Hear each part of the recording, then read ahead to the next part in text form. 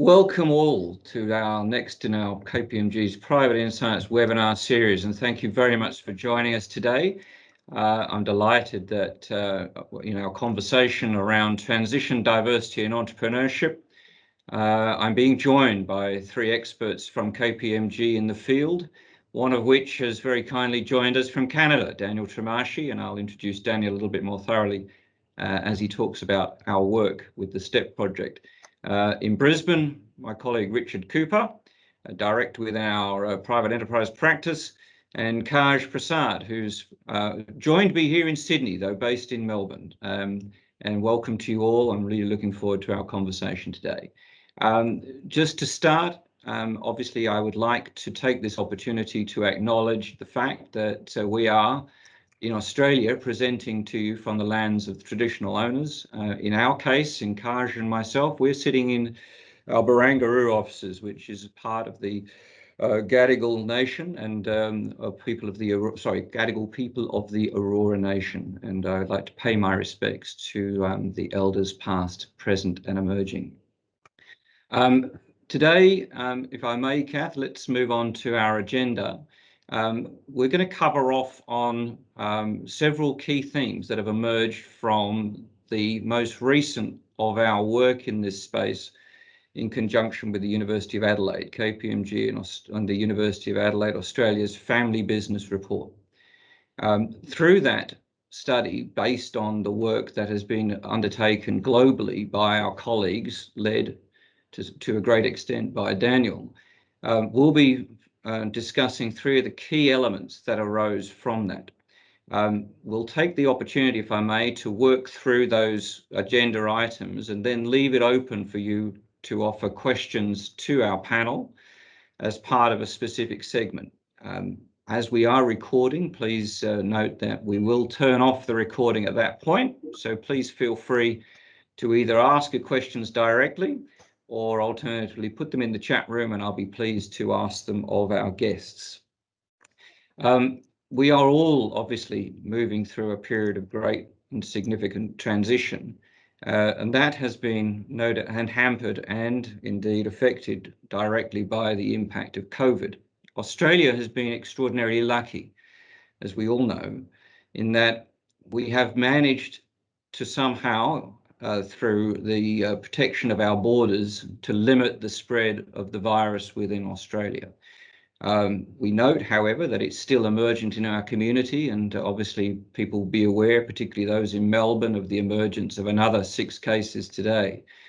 Globally, the impact of COVID, of course, has been fairly significant, and it's one of the key issues that I'd like to ask my colleague Daniel Trimarchi to address as part of the studies that he and the global team, along with the STEP project, have been working on.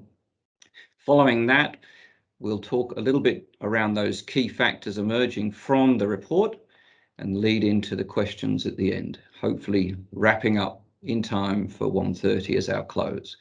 Kath, could you move the slides on?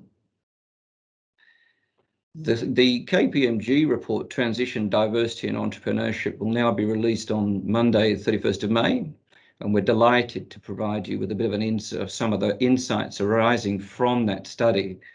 The key elements emerging from it are on the next slide, and they include the fact that one needs to contemplate transition planning and that to become even more relevant as a consequence of the impact of the COVID pandemic.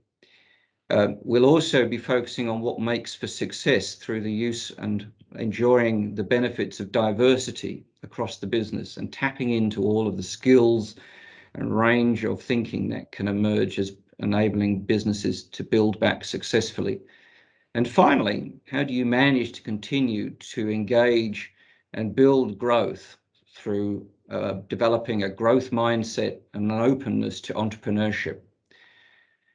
Before that, though, let's reflect on where we are taking our leadings from our global team. And I'm delighted at this point to refer to Daniel, based in our office in Toronto. It's actually 10 o'clock at night, so he's probably sitting in his apartment at this time. So I'm very grateful to Daniel for taking the time And Daniel, could you tell us a little bit about the global project that KPMG have been leading in conjunction with STEP, please?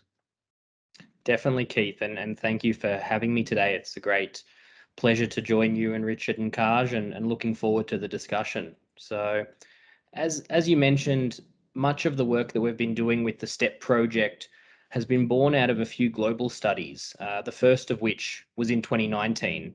And this was a collaboration with STEP, who are an affiliation of universities and scholars across the globe who focus their time on studies around the entrepreneurial practices within family business.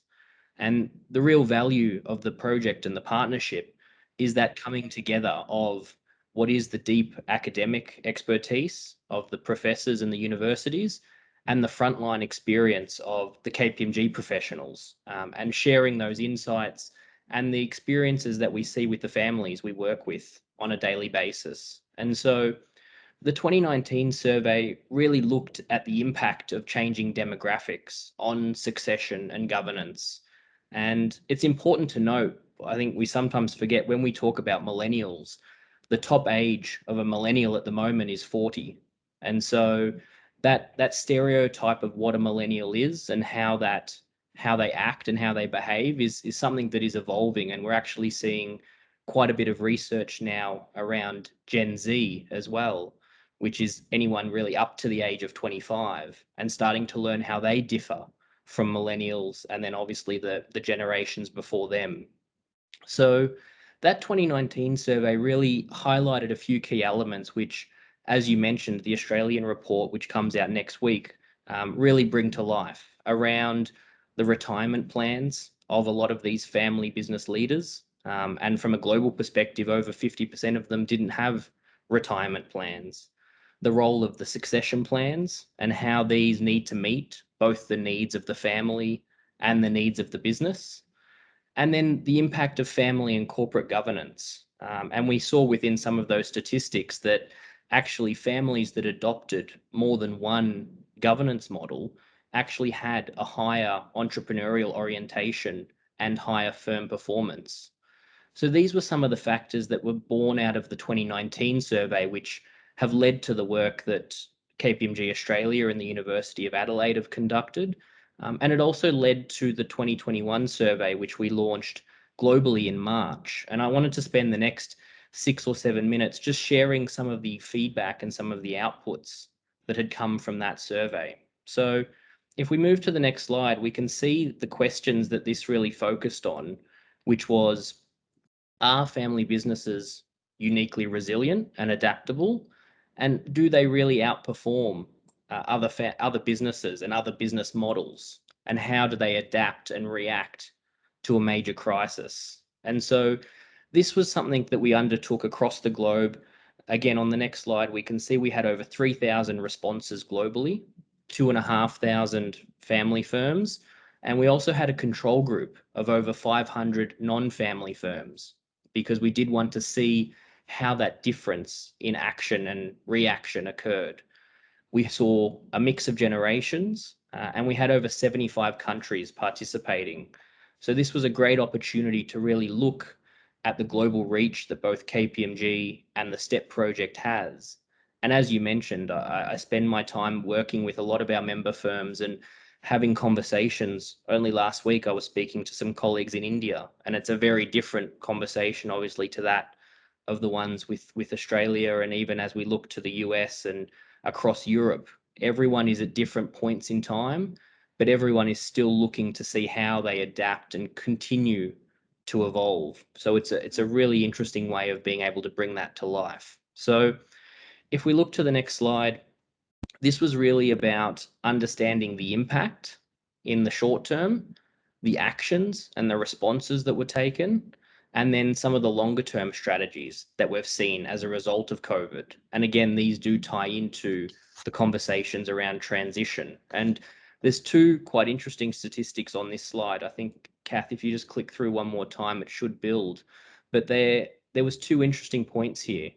One was when we compared family firms to non-family firms, their entrepreneurial orientation or their increased focus on business transformation was quite large, and I'll talk to the three strategies that are there on the left shortly.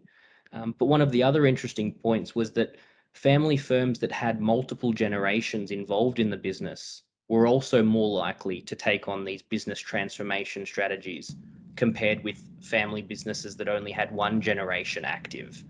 So that idea of introducing multiple generations and utilizing them for their various skill sets was a key part of this. So that was really what we looked to. And in the impact side of it, we saw, as is probably not a surprise to anyone, that the immediate reaction to revenue was great. We saw approximately 65% of family businesses having a decrease in revenue. We saw a percentage of family firms stay flat. And we actually did see, or I think it was 9% globally, where we saw an increase in revenue. And this was the start of what I think has now been dubbed that K-shaped recovery, because we are seeing that, dependent on the sector, that was a big driver of obviously the impact of COVID and the response. And one of the advantages for many family firms was that diversification of wealth and the fact that many families do have multiple operating businesses and also have quite diversified wealth. So where certain aspects of their wealth may have underperformed, they were able to pivot and diversify. So if we move to the next slide, what we highlight here is just some of the short-term actions that we saw families undertake. And we really bucketed these into four key areas. There was actions relating to employees, which obviously included moving to remote working, the reduction of employee hours, employment hiring freezes.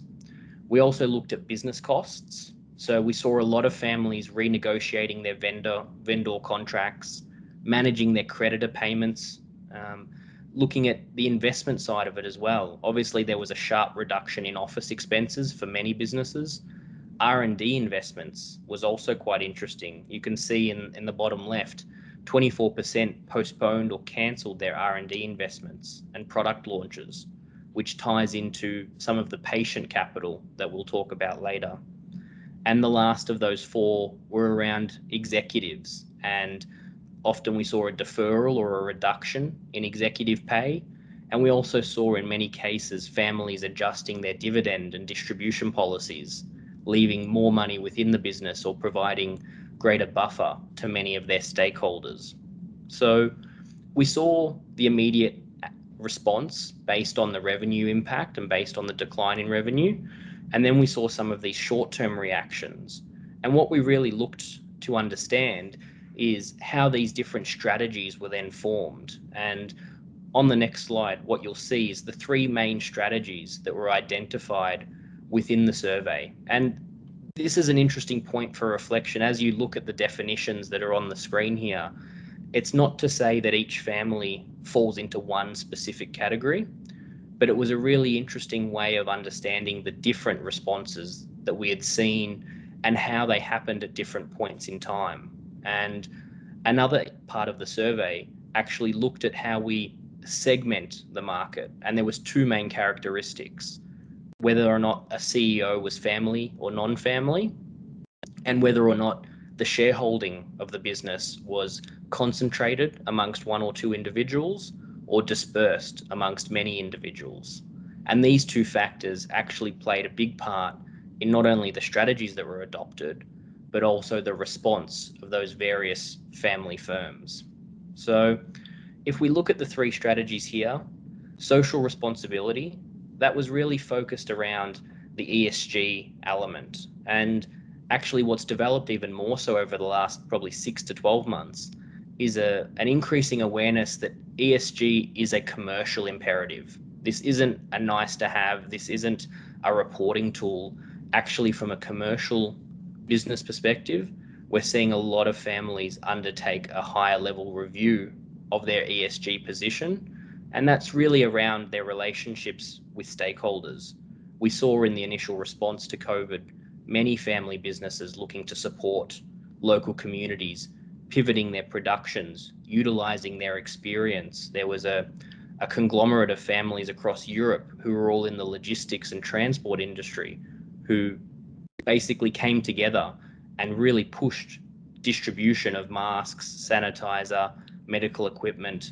And it was really interesting to see how those family firms, because of their agility and the ability to make quick decisions, with management and ownership often being one in the same, they were really able to dial up that social responsibility aspect and play into the community and the culture that they had set.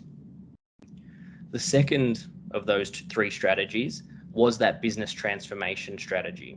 And this was kind of really described in two main forms. There was the reactionary pivot initially, and then there was that proactive pivot where these businesses looked to move into new service lines. They looked to develop new products. They looked to pivot their operating models. There was many ways in which they adjusted and adapted.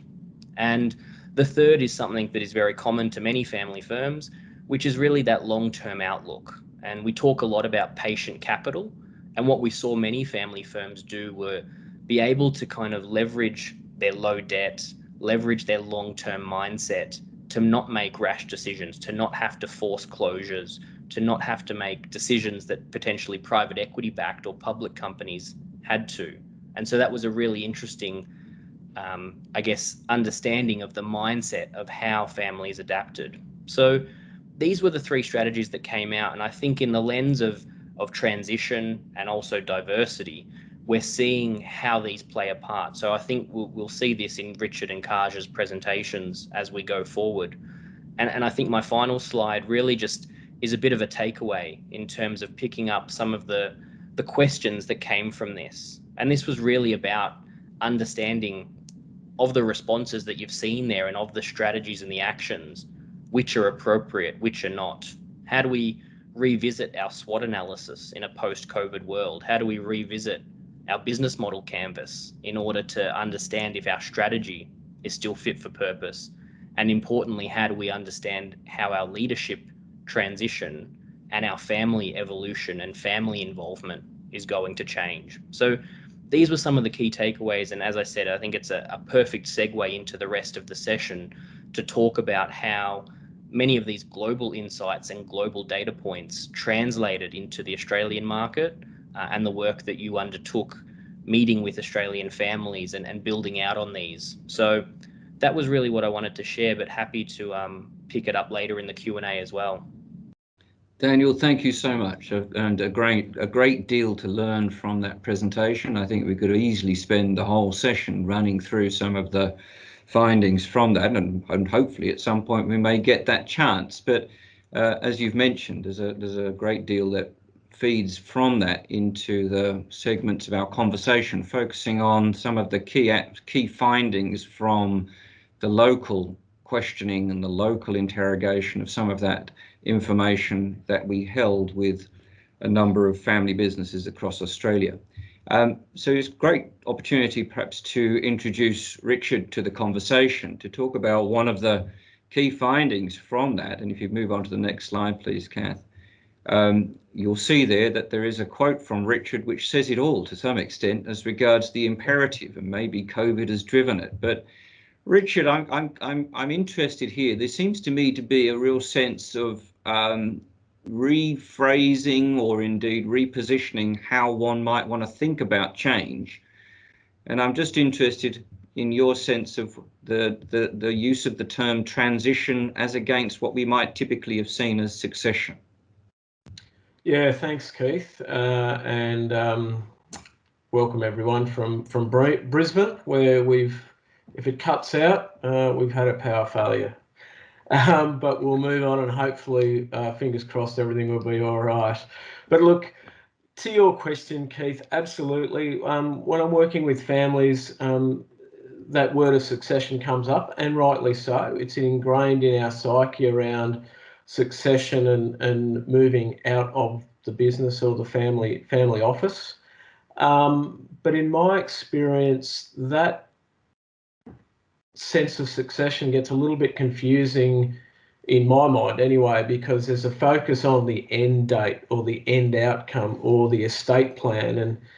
And don't get me wrong, estate plans are absolutely important and critical to have in a family business or family office, but it's at the end. and it's probably a bit more transactional in how ownership will flow. But there's not enough emphasis and effort that I see put up front, and what I like to see, what's really is transition. So transition to me is really about transition in, transition through, and then transition out. And that means transition in of the next generation or the emerging generation, and then having that parallel overlap where both the current generation and next are transitioning through together. And then there's that gradual transition out from the current generation and handing over the reins fully. And why is transition important? Because if you don't focus on the transition in, it's going to be really hard for you to actually transition out as a current generation family member. And I say that through two lenses. So if there's not a vision and a plan for the next generation coming through, they won't be there in the end. So there won't be anyone there for you to transition to or hand the reins over to. Also, so that's the extreme case. If they do come into the business or the family office, if there's still not that transition plan through around role, management, leadership, eventual ownership and oversight, if there's not, if that's not put in place, well, yes, that next generation may be there physically, but they're not engaged. So you got one extreme where you'll have no family members because you haven't presented a vision and a pathway for them.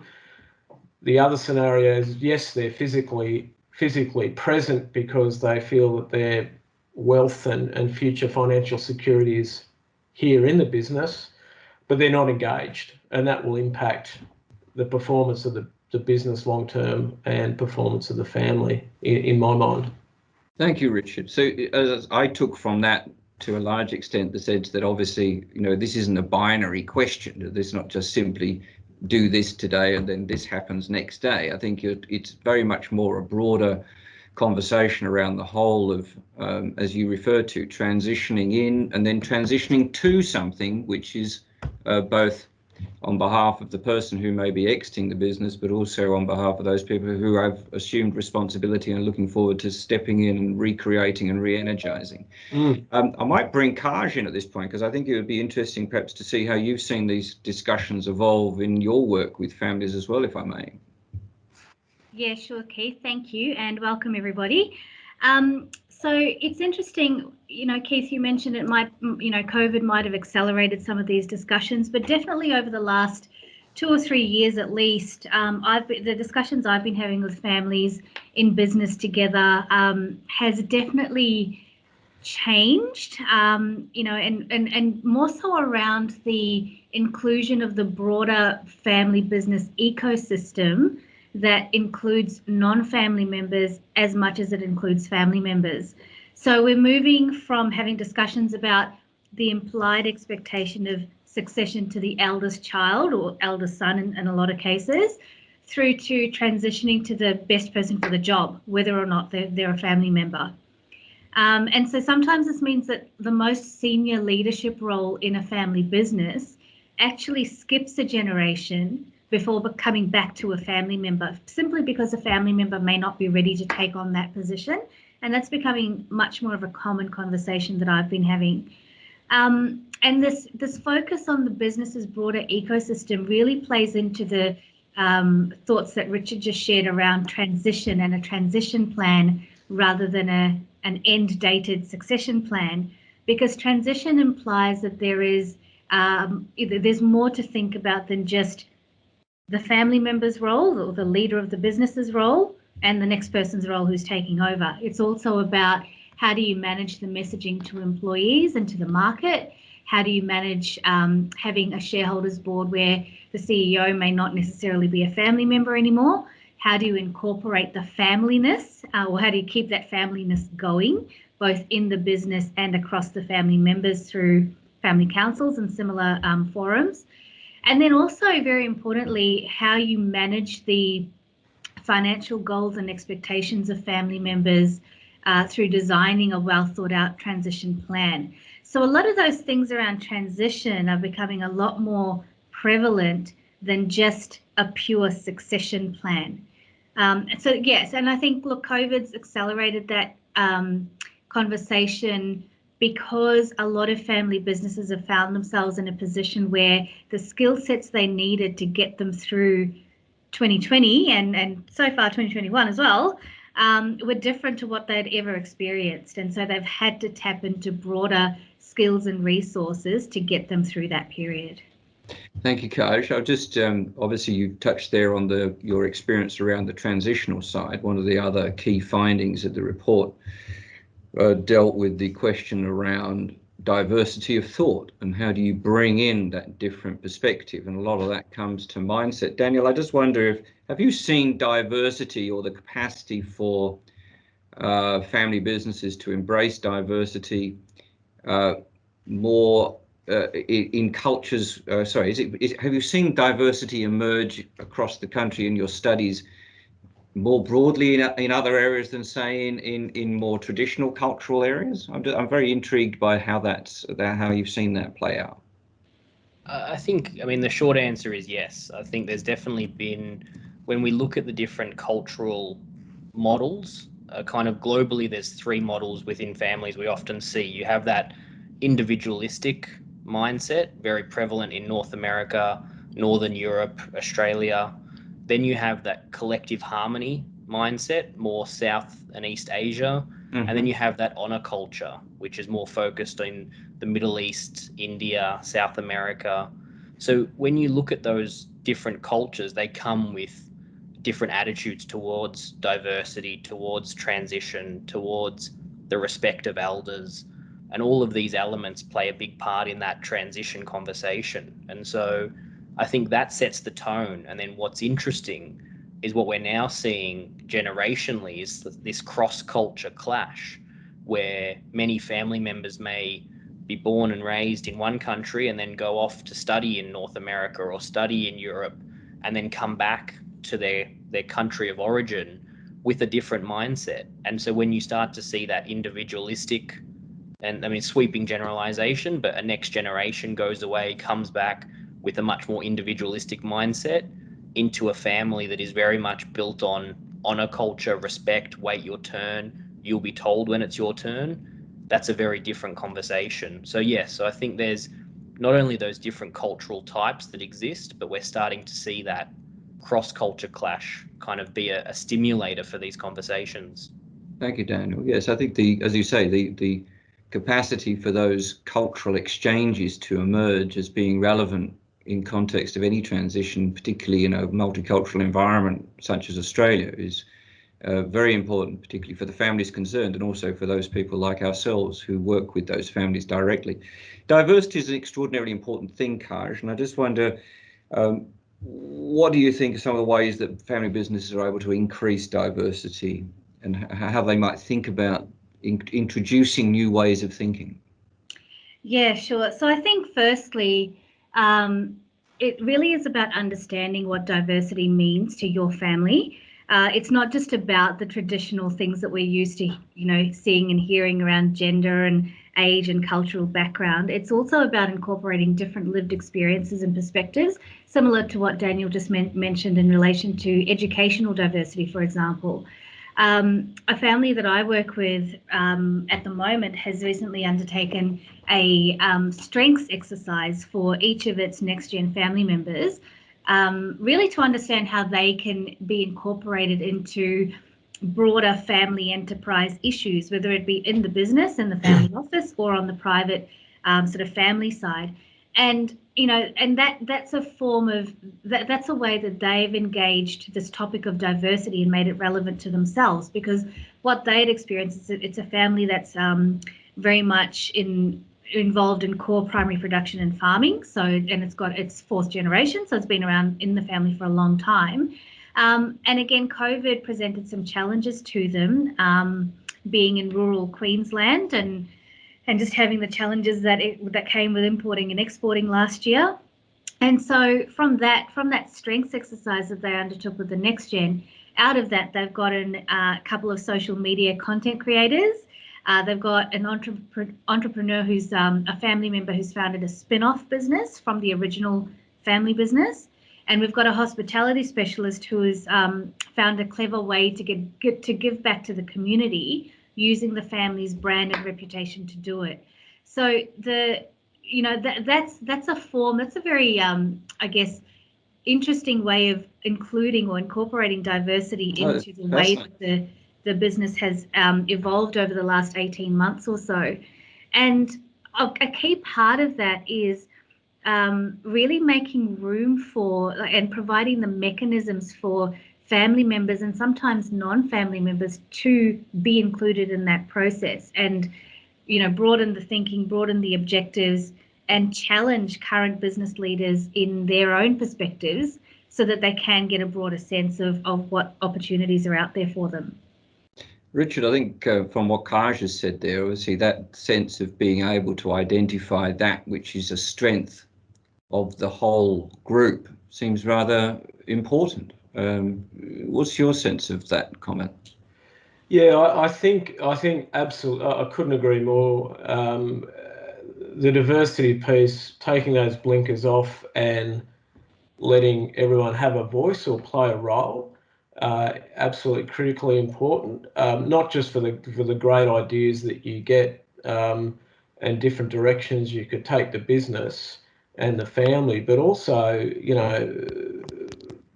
engagement and exploring where the business can go. If you're a current leader in the business and you're shutting down conversation or limiting conversation around those things that we've always done, and look, you're young, wait your turn, you don't have worldly experiences. I think if you take that mantra, then you'll end up really limiting the opportunities for the business, opportunities for the family members, and there will be that they'll become passive, and then that transcends into the it sort of goes around in circles, and then you end up finding that the family's not interested. Why would it be interested if I don't get to share my view and have my say? It doesn't mean you're making the decisions, but it's great to be heard. And my only other quick comment would be, I think, as Coach said, around diversities means different things to different people, and you need to work out what it means for your family. I think the other one is around leadership. It doesn't necessarily mean that linear path within the business and defined roles. I think the examples that Kaj was saying around, okay, family member Y, we want you to lead the social media. We want you to be the key driver, the key catalyst. And I think once you start thinking like that, it certainly opens up opportunities. So rather than adopt a kind of strategic funnel, as you say, you described it as a linear approach, and that it's, this position, nothing else, and think more broadly, then it becomes quite, as you say, a much more powerful way of engaging across the family. Daniel, I want to come back to you because I was very struck by a comment there where you referred what I saw as being the capacity to be open to the ideas of others, whereby the European logistics families came together to work out how they might usefully combine to firstly weather the storm, but more particularly, I guess, learn from each other. And I think that's an interesting aspect to this. Definitely. I think that, and it comes back to, I completely agree with the point around diversity being much more than kind of its generic definition. And so that involvement of different stakeholders, and when you think of the 3-circle model, that in itself creates 7 different perspectives that we should be appreciating. And so if we can highlight the benefits or the drivers or the motivations of all those different people, it's going to create a more holistic answer.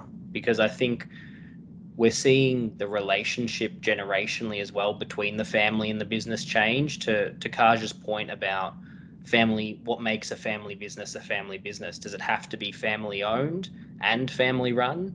or can it be family owned and non-family run and still be very family orientated? And so we're seeing a lot of the next gen want to interact with the business differently. And so that's creating a different relationship because they may not have grown up in the business.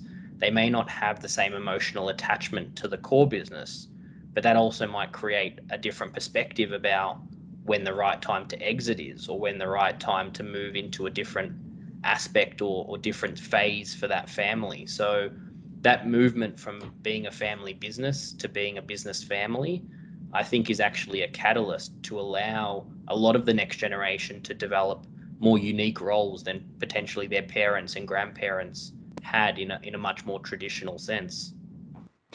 We're seeing a lot of that. Thank you, Daniel. Yes, I think, as you say, the more that one is able to be conscious of what others might be thinking, does allow one to be able to accept more freely those ideas. And of course, the sense of conscious capitalism becomes ever more relevant as we've struggled with some of the existential challenges most recently.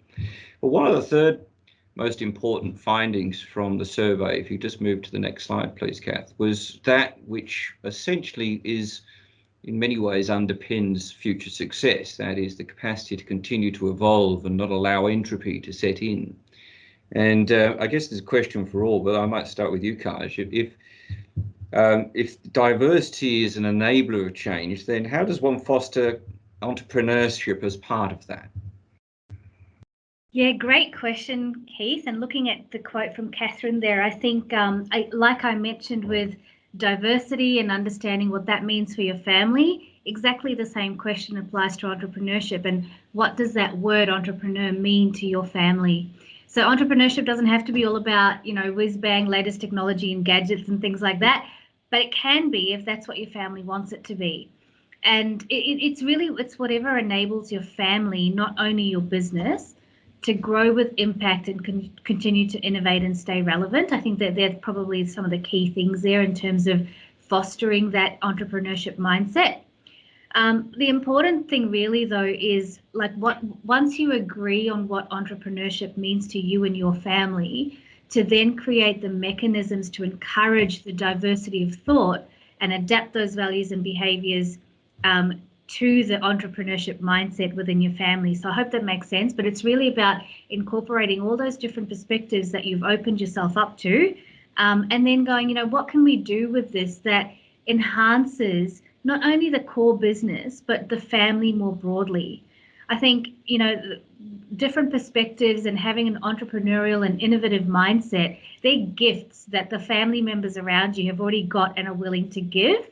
But it's really about making sure that they've got the mechanisms and the forums and the channels to be able to contribute that in a safe way, in a way that may just be the contribution of an idea that someone with a more business mindset can then evolve and make into something useful for the family. But it's definitely, entrepreneurship and diversity really do go together, especially right now, especially through coming out of COVID, where these different perspectives are so relevant and they've enabled so many spin-offs and so much relevance to remain within the business.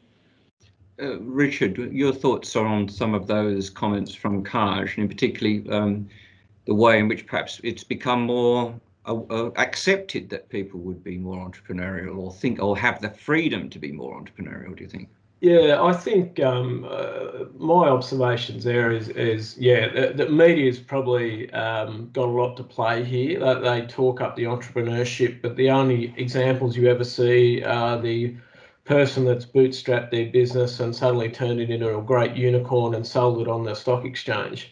But it's so much more than that.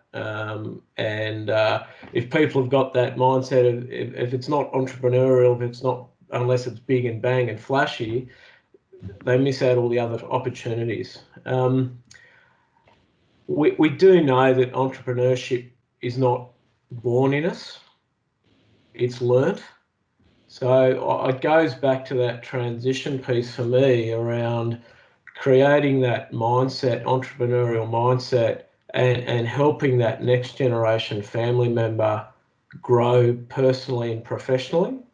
And I think part of that is really not overprotecting them, which can happen in a lot of families in business.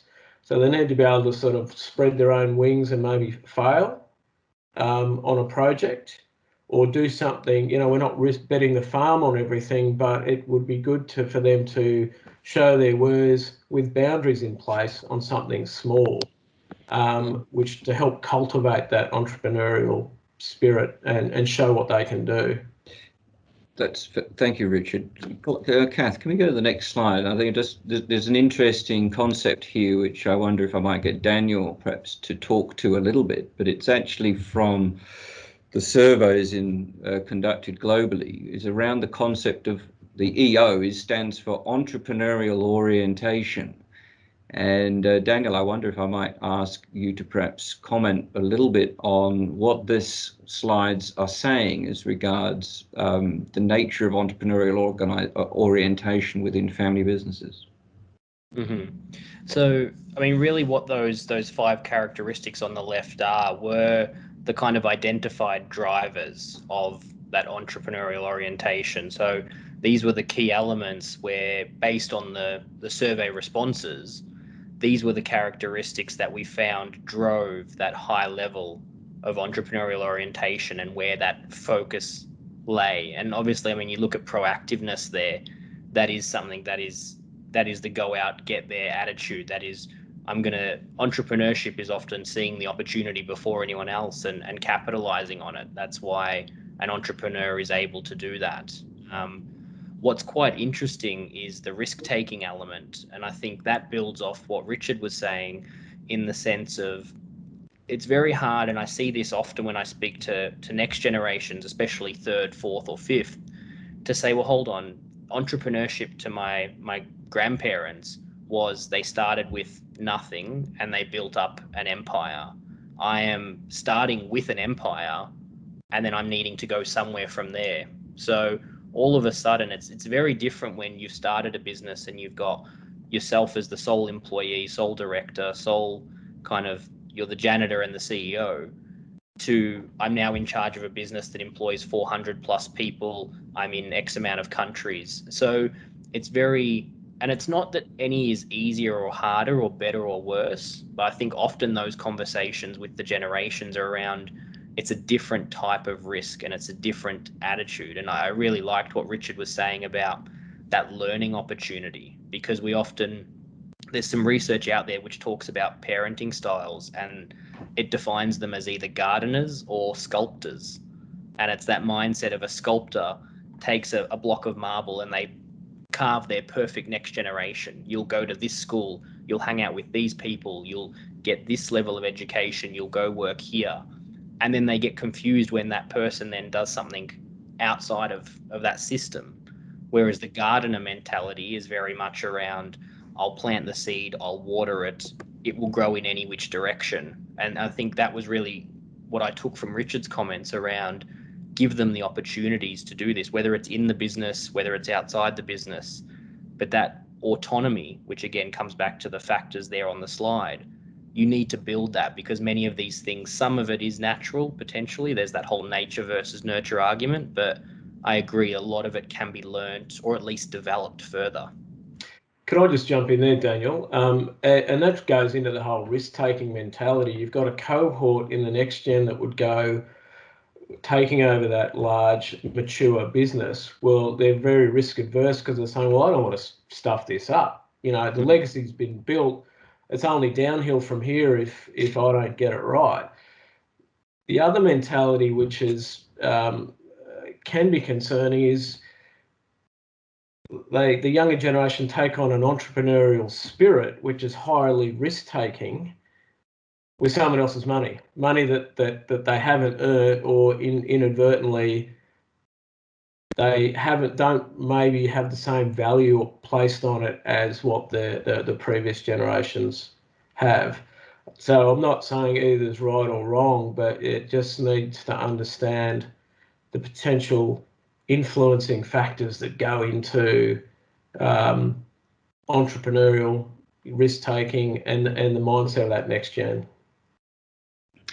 Well, all of those points I think are very relevant in relation to the idea of as you say, enabling greater levels of risk taking. And I'm aware of a number of families that have specifically allocated capital for the purpose of enabling investment in ideas across the family group. I think many of us would have worked with clients whereby they've spoken specifically about how do we actually engender the spirit of entrepreneurship, and how should we think about that from a risk management perspective. And so I think that it's becoming ever more present that there will be a need for families to think very carefully as regards the ways and means by which they encourage that regeneration, because it seems to me that the way in which Industry 4.0 has evolved to date does accelerate the capacity for learnings to be had much more quicker than it would have done in the past. And I guess it's interesting perhaps to observe some of the changes around technology that are driving that change through. I'm going to open it up to questions now, if that's all right. And I might ask Kath perhaps we can move into a more open view, take the slides off and we can sit there. But whilst we wait for questions to pop in, I wonder, one of the things that you mentioned in your statement within the report, Richard, was that it was interesting that one should document the basis upon which the transition process should work. And yet, knowing Daniel, reading Daniel's report and the report from the Global Office, Australia lags behind terribly in relation to the documentation of plans. Do you want to talk firstly about the importance of plans and your observations on why we may not be very good at it? Well, I suppose I'll preface by saying when we talk about plan, no one wants to get bogged down in a micro detailed 50-page plan that's been planned to death and you can never possibly execute it. So what I'm saying there is it needs to be fit for purpose about the business, the size of the family, and all those other influencing factors. Through nothing else that I've seen in families is people's different interpretations of what's said, what's heard. Time goes by. We've got a lot on our plate. And human nature is that you nearly need to be told something 7 times before it sinks in, before you get the message. And there are studies out there around that. So it cannot do you any harm in having something documented. And that goes for anything within a family business and family governance, because we're all different. We've all got different strengths, as someone said earlier. So if we have it documented, there's doesn't mean it can't be changed, but there's certainly lessens the likelihood of miscommunication or misinterpretation. And most businesses would be used to writing strategic reports, I'd have thought, Kaj. So surely integrating this as part of a strategic process would be relatively straightforward. Do you think? Yeah, look, it can be quite difficult, Keith, because a lot of the decisions that need to be made on the family front as opposed to the business front have an emotional attachment. So there's a lot of implied factors, there's a lot of assumptions, there's a lot of not wanting to disappoint and wanting to, maintain the family brand and all of those things, which are very, very important. But it's the fact that they are implied and not explicit, and the fact that they're assumptions and not confirmed and written down and agreed on, that's where a lot of the, concerns, I guess, for us as advisors, that's where a lot of it starts. Because, planning for a business, documenting a strategy, that stuff's easy. We know how to do that. There's all these models and frameworks to help us with those things, and it's quite straightforward. But on the family front, when you've got, especially when you're in a transitional sort of multi-generational family, there are lots of different people's views and considerations to be contributed to that discussion. So it can be a very, very, very well managed process. It can be something that is facilitated well, and that's the type of work that we do in leading families through those discussions in a very constructive way. But as Richard mentioned, the alignment of those views and actually making sure that everyone is on the same page and that they've had their safe space to challenge ideas or challenge assumptions, all of those things are critical, but best done in a facilitated way so that it does encourage participation across the family. And then the documenting after that is relatively straightforward. Yeah, agreed. I think, well, I know a lot of families don't want to ask though. They find it hard to ask their other family members those challenging questions, and that's where a role of people like ourselves, to be honest, can ask those questions without fear or favour and couch them in a way that doesn't come across as confrontational, or you need to make a decision now, or it's black or it's white. So we help families explore what's possible. And I think one of my final comments would be that the traps that families fall into is making assumptions around transition, or the family's not interested in being in the business, or making assumptions that that the next gen aren't as entrepreneurial as they should be or could be, making assumptions that, look, this family member wouldn't want to have a leadership role within the business or the family because they're too busy raising their own family. I think you run the risk of pigeonholing the family and pigeonholing the business if you're not prepared, if you make assumption and are not prepared to have the conversation. Daniel, I'm just interested. Obviously, the report referenced the fact that it's about 15% of businesses under the surveys we've conducted over the last 3 years in Australia, or 3 surveys we've done in Australia, suggest 15% have plans in place, and yet the global report was to suggest there was something close to about more than 50%. I'm trying to understand a little bit about what, based on your experience coming from Australia and now working as part of the global practice in Canada and previously in the UK, what you think drives some of that? Is it the maturity of the market? Is it what's happening? I think there's 2 answers to that. I think one is the age and the maturity of the market is naturally, just by the nature of how Australia is, there isn't many 17th, 18th generation family businesses around. So when you compare that to Europe, or you compare that to Asia, they do have a more developed kind of generational plan. I also, kind of purely anecdotal, but for me, it's been really interesting as I've moved from Australia, spending 3 years in the UK, and now the last few years here in Canada.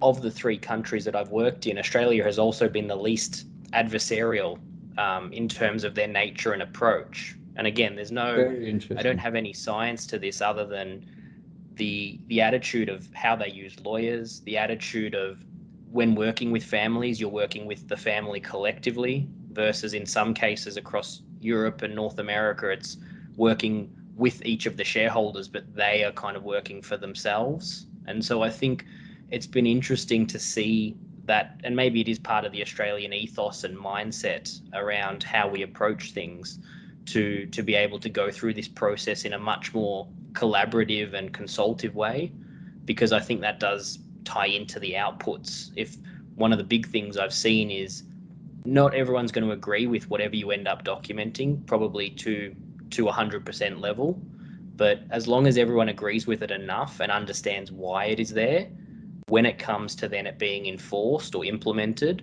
there's that acknowledgement. A perfect example to that is something like a family employment policy, where you can actually sit down and illustrate why little Johnny didn't get a job.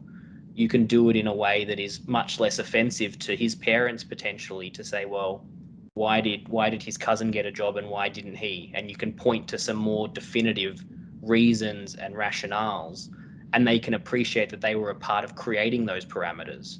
So I think that drives a big part of it.